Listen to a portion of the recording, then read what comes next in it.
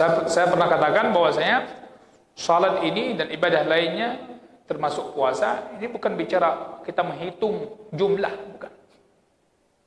Menghitung jumlah. Ini udah berapa puasanya? Rakaat salat berapa rakaat? Bukan perkara menghitung jumlah. Ini perkara bagaimana setelah kita tahu jumlahnya, kita bisa salat dengan sempurna, apa saja perubahan yang kita dapatkan. Hadirin berbahagia. Contoh lainnya juga demikian, zakat misalnya. Allah Subhanahu wa taala mewajibkan kita zakat. Ada namanya zakat al-amwal, zakat harta, al-amwal az-zakawiyah. Yang mana seseorang menyerahkan harta itu kepada yang diperintahkan oleh Allah Subhanahu wa taala. Allah telah jelaskan faedah daripada zakat itu sendiri. Allah mengatakan kepada Rasulnya sallallahu alaihi wasallam, "Khudh min amwalihim shadaqatan tutahhiruhum wa tuzakkihim biha," di surah At-Taubah. Ya. Jika engkau telah menunaikan zakat, maka perhatikanlah apakah dengan zakat itu kamu telah memperbaiki, membersihkan dirimu daripada akhlak-akhlak yang buruk. Ya. Apakah dengan zakat yang kamu lakukan itu telah mensucikan dirimu daripada dosa-dosa? Apakah dengan itu telah kamu membersihkan harta-hartamu? Apakah kamu telah membersihkan jiwamu? Ya, banyak orang yang menunaikan zakat, ya, seakan-akan itu denda. Ada orang juga membayar zakat, tapi kesannya kayak denda. Ya, kayak kena gharimah dia. Ya. Sehingga dia melakukannya dengan tidak senang. Tidak senang. Dia melakukan yang keadaan terpaksa, bukan dengan ketulusan jiwa. Tidak. Salat terpaksa, infak terpaksa, seperti hukuman. Bahkan dia kadang lebih ikhlas membayar selain zakat. Walaupun kita lihat nominalnya lebih besar dibandingkan zakat. Lebih taat di bidang itu dibandingkan perintah Allah Subhanahu wa taala. Kenapa demikian? Hatinya bermasalah. Berat. Maka ibadah ini tidak Allah suruh, tidak Allah panggil, kecuali orang-orang beriman. Coba lihat ayat tentang infak. Kaitannya apa Allah sebutkan? Iman kepada Allah dan hari akhirat.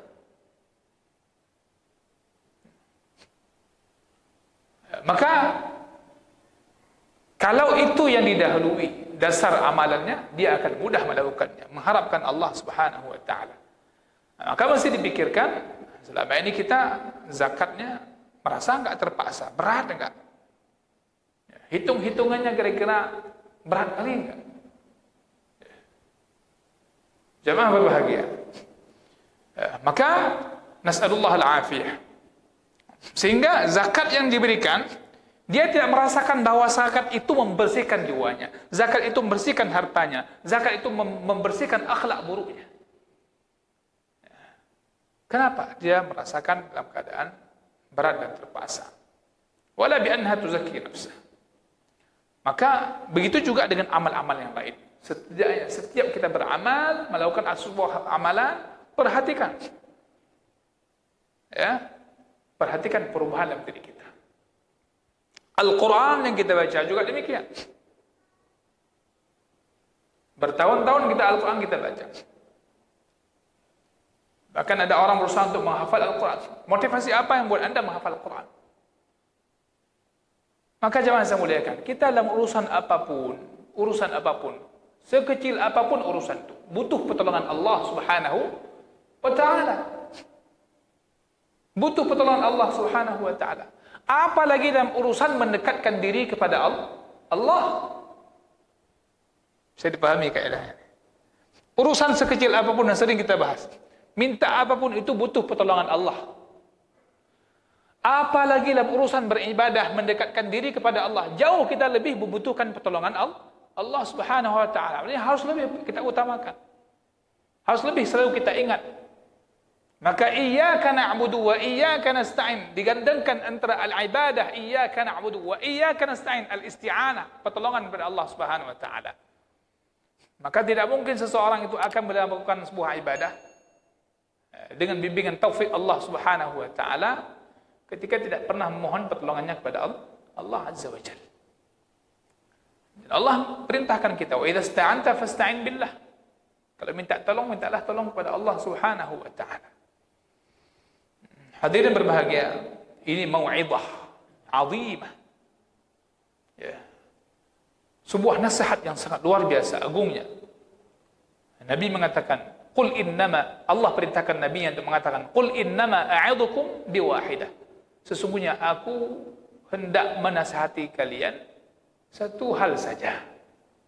Lakukan semua itu, pikirkan atas alasan apa kamu lakukan, karena Allah Subhanahu wa taala. Kemudian setelah kamu amalkan, mikirkanlah apa yang telah kamu dapatkan dari apa yang telah kamu lakukan. Maka di situ kita akan kelihatan diri kita ini mungkin banyak salah dalam beramal itu sendiri. Mulai dari awal niatnya, kemudian dalam tata caranya dan seterusnya, sehingga tidak memberikan perubahan. Dari awal niat, Pak. Ya. Coba kita pikirkan, bagaimana Allah sebutkan tentang kehidupan orang munafik. Al-Quran itu bicara orang munafik dahsyat sekali. Kurang apa mereka? Hidup di zaman turun wahyu. Hidup di zaman turun wahyu.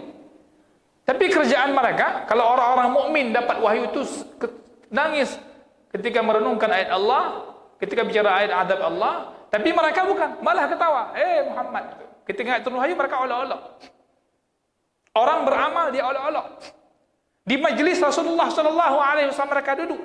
Kerjanya bukan apa? Mencari-cari di mana ada kesalahan para sahabat, di mana. Mereka kerjanya itu. Dalam sebuah perjalanan fitnah kepada Aisyah radhiyallahu anha, siapa yang berperan besar? Munafik, bahkan tokohnya. Siapa yang difitnah? Ummul Mukminin, istri Rasulullah sallallahu alaihi wasallam.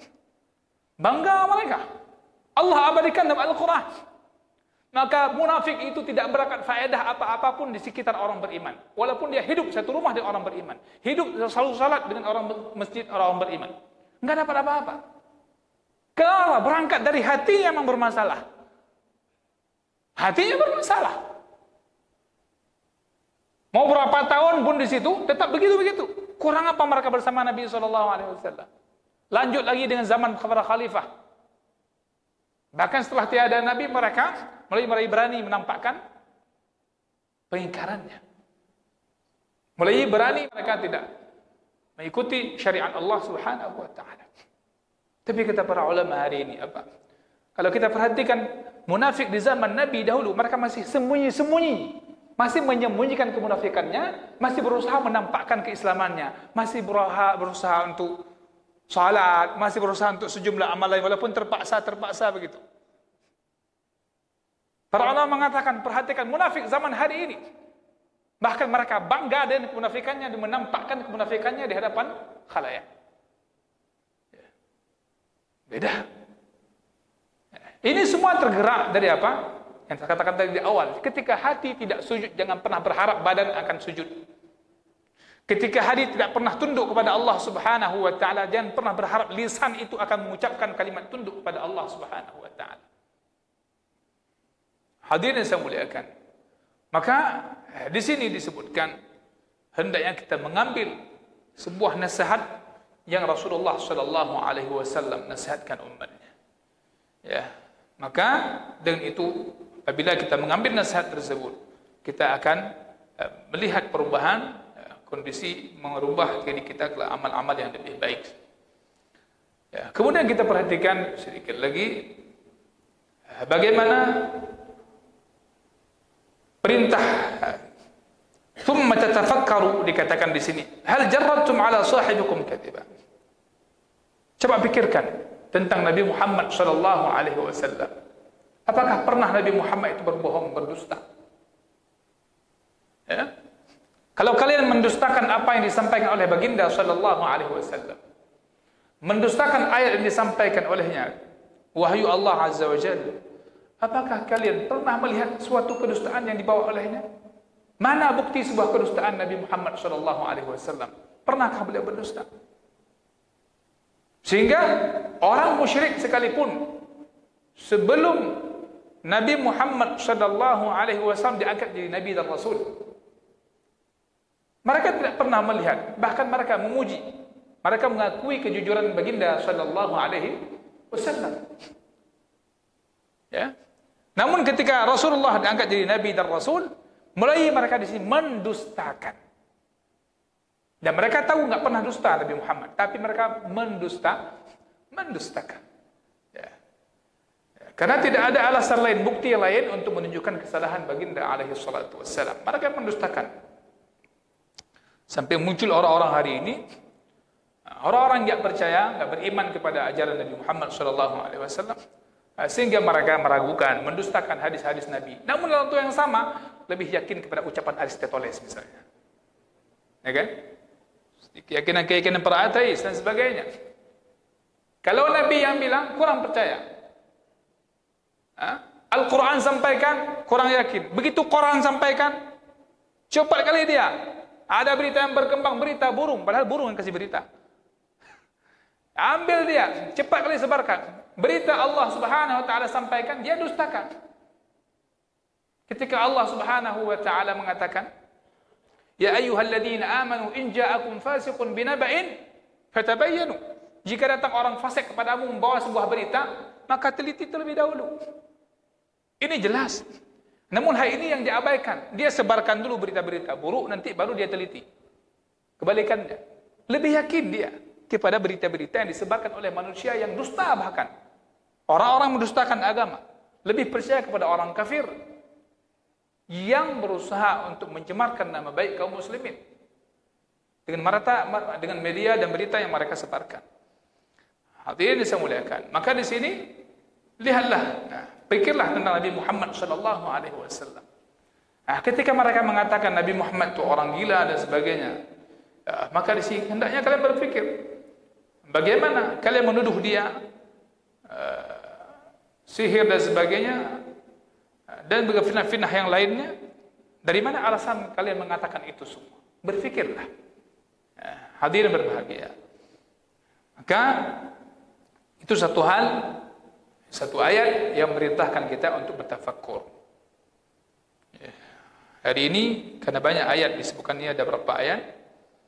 Satu lagi untuk pembuka, ayat kedua yang Imam Nawawi cantumkan adalah surah Ali Imran 190 191. Allah mengatakan, "Inna fi khalqis samawati wal ard, inna fi khalqis samawati wal ardi wa ikhtilafil laili wan nahar, wa ikhtilafil laili wan nahari la ayatin li ulil albab, alladhina yadhkuruna Allaha qiyaman wa qu'udan wa 'ala junubihim wa yatafakkaruna fi khalqis samawati wal ard. ربنا ما خلقت هذا باطلا سبحانك فقنا عذاب النار." Di surah Ali Imran, apa kata Allah? "Inna fi khalqis samawati wal ard." Sesungguhnya pada penciptaan langit dan bumi, wa ikhtilafil laili wan nahar, dan pergantian siang dan malam. Semalam, hari ini siang. La ayatil ulil albab, sungguh di situ terdapat tanda-tanda kuasa Allah Subhanahu wa taala bagi orang yang berfikir, bagi orang yang berakal. Ya, bagi orang berakal. Ya. Subhanallah, sudah lama kita hidup di dunia ini. Allah gantikan siang dan malam setiap harinya kita lewati. Namun berapa kali kita berpikir? Padahal Allah selalu berfikir. Ana kalian dumna lalau ni. Dan nak pegah tanya lalau ngahan lalau, nak mentanya dah kalan. Siang dan malam Allah jadikan dia silih berganti. Dan dalam hal ini Allah perintahkan kita untuk berfikir. Bertafakkur. Berapa kali kita berfikir? Maka untuk dan nak pegah lalau hantam lalau.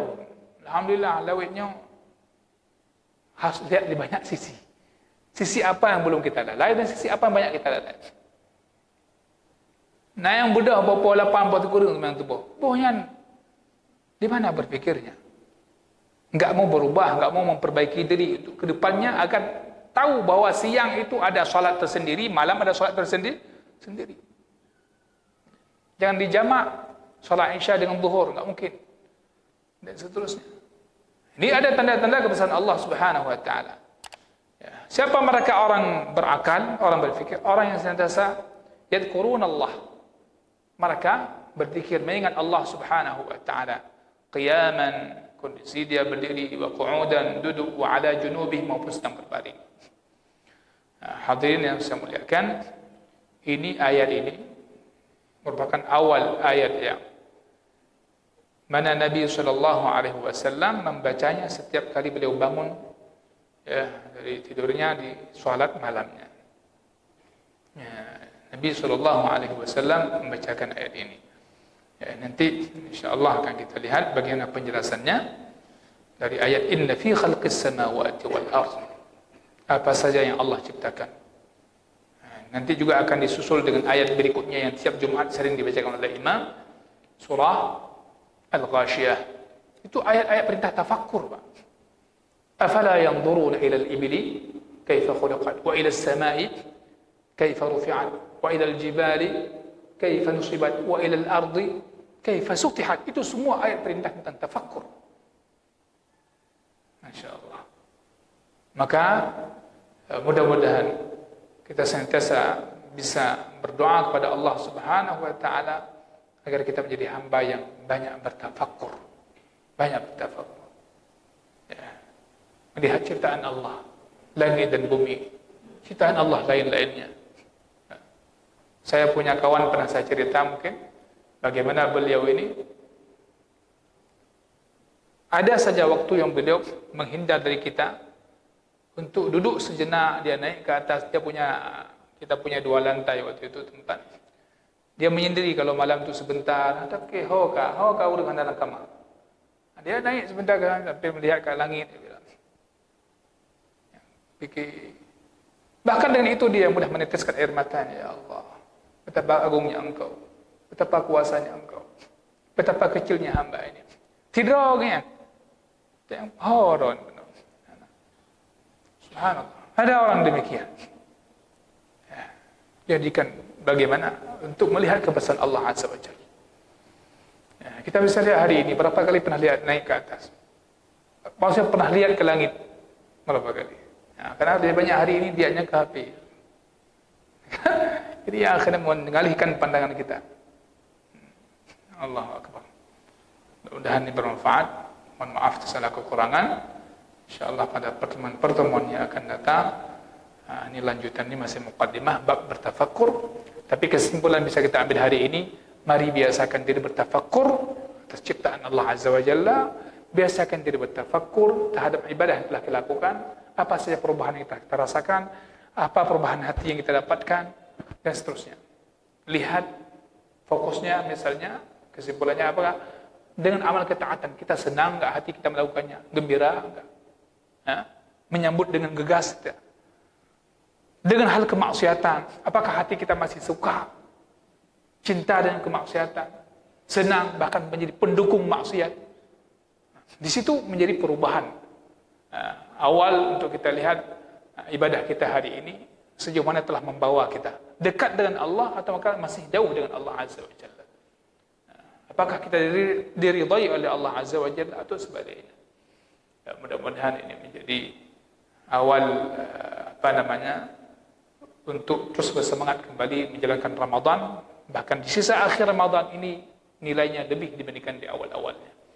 Mudah-mudahan bermanfaat. Subhanakallahumma hamdika asyhadu an la ilaha illa anta astaghfiruka wa atubu ilaik. Wassalamualaikum warahmatullahi wabarakatuh.